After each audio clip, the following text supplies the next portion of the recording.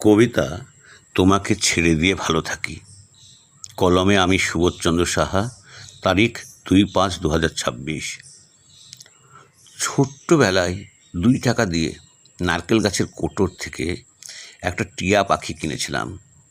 ওই টিয়া পাখির তখনও চোখ ফোটেনি।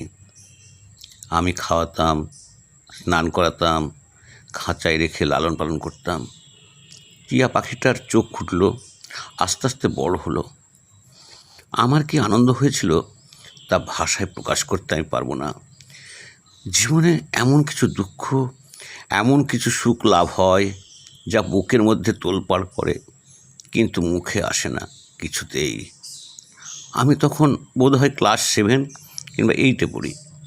আকাশে টিয়া পাখি উড়তে দেখে আমার মনে অনেক কষ্টের ঢেউ উঠতে শুরু করলো। আমি খাঁচার মধ্যে ওই টিয়া পাখির যন্ত্রণায় কাতর হয়ে পড়লাম। তাই মনের যন্ত্রণা মনের মধ্যে রেখে টিয়া পাখিটিকে ছেড়ে দিলাম খাঁচা থেকে। উড়তে দিয়ে আমি আমার স্বাধীনতা খুঁজে পেলাম। তাই তোমাকে উড়তে দিই তোমার ইচ্ছে মতো। তোমাকে স্বাধীনতা দিয়ে নিজেরই স্বাধীনতা খুঁজে পাই।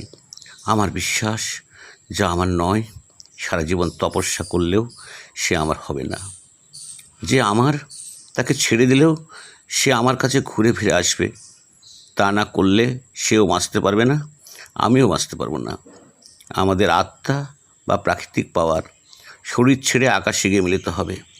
আমি পরীক্ষা করে দেখেছি, বিষয়টা সত্যি। যদিও পদার্থবিজ্ঞান এই বিষয়ে এখনও কিছু বলেনি।